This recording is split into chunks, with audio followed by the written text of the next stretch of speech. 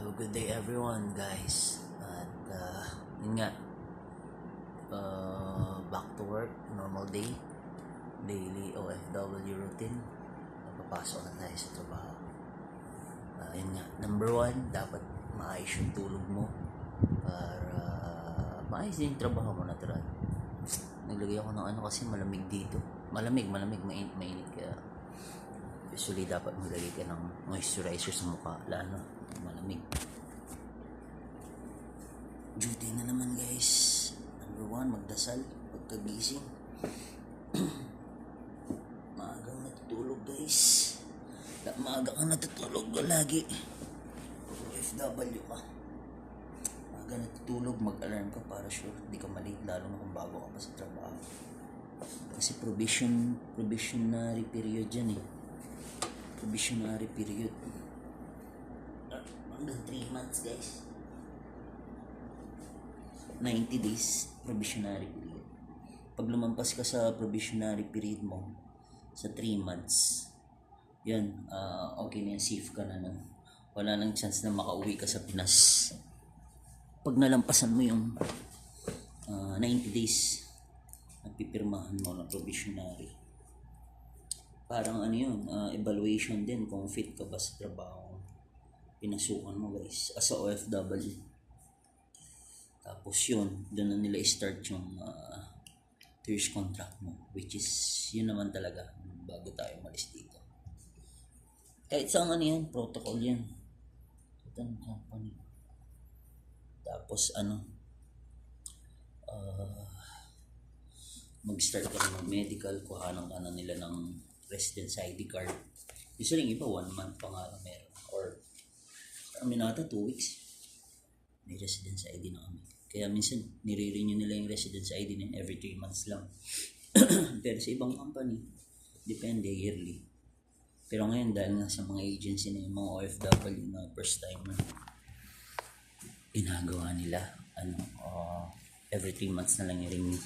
Anyway, yun, baunin ko yung tumbler ko, nagatas pa ako tsaka pero dahil nga kain muna ako sa labas, hindi ako nakapagluto ngayon.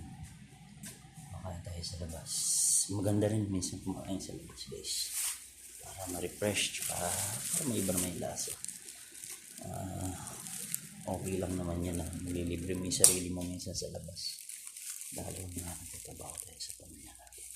Number one, patayin mo yung aircon tsaka yung ilaw, kasi yung company nyo binabayaran yan, hindi naman libre yun guys. Sa tubig din yung church close. Tapos dapat may lock yung kwarto lang.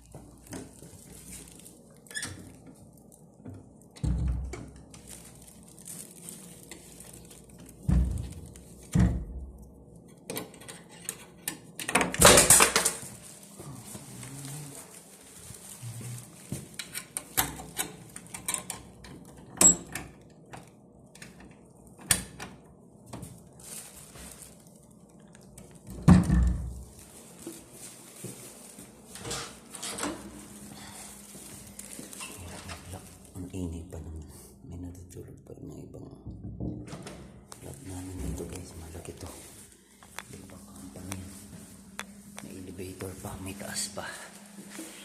Pero dahil nakakain ako sa labas, mainit. Pero pag madaling araw, sobrang lamig. Bababa lang ako, din ako gagamit ng elevator. Exercise din to guys. Ang isa pa,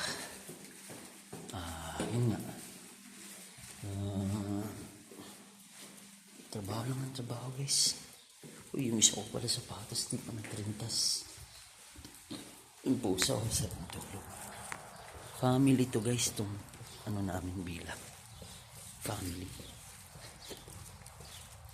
Dinadala ko na yung basura ko. Usually ganyan dito, dali mo yung basura, tapon mo sa labas. Meron naman sa labas kagad. At the same time, para hindi ipisin or kung ano man insekto, hindi rin mabaho, hygiene din. Kaya yan, pag OFW ka, nakikita nyo in a simplest way, malaking bagay yun sa'yo para makapagtrabaho ng maayos, maging healthy ka, maging maayos yung yung sitwasyon mo. Ay, may sitwasyon yung daily routine mo. Kailangan mong matutunan yung mga ganyan simpleng bagay, guys. Hindi kasi pwedeng ano dito eh. Bahala na eh. Hindi pwede, guys. Tinuntas ko lang sapatos ko.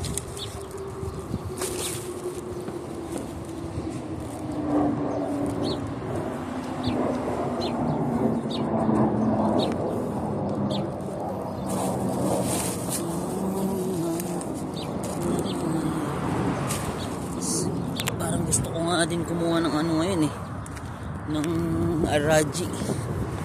Yun pala, speaking of Araji, bawal din kasi talagang order ng online.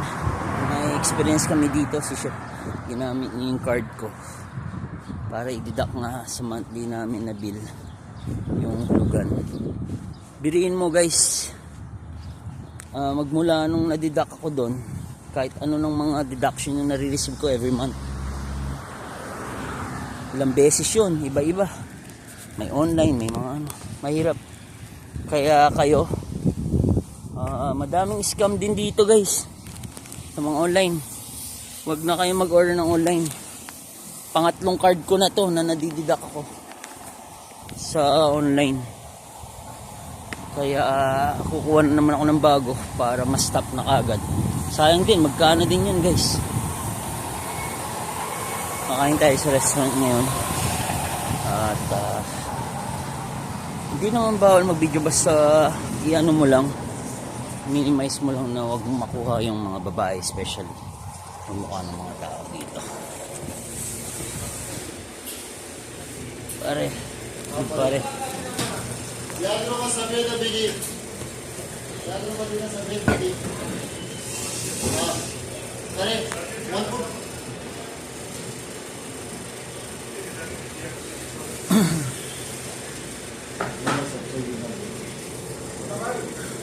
Bye. Pare. Aja.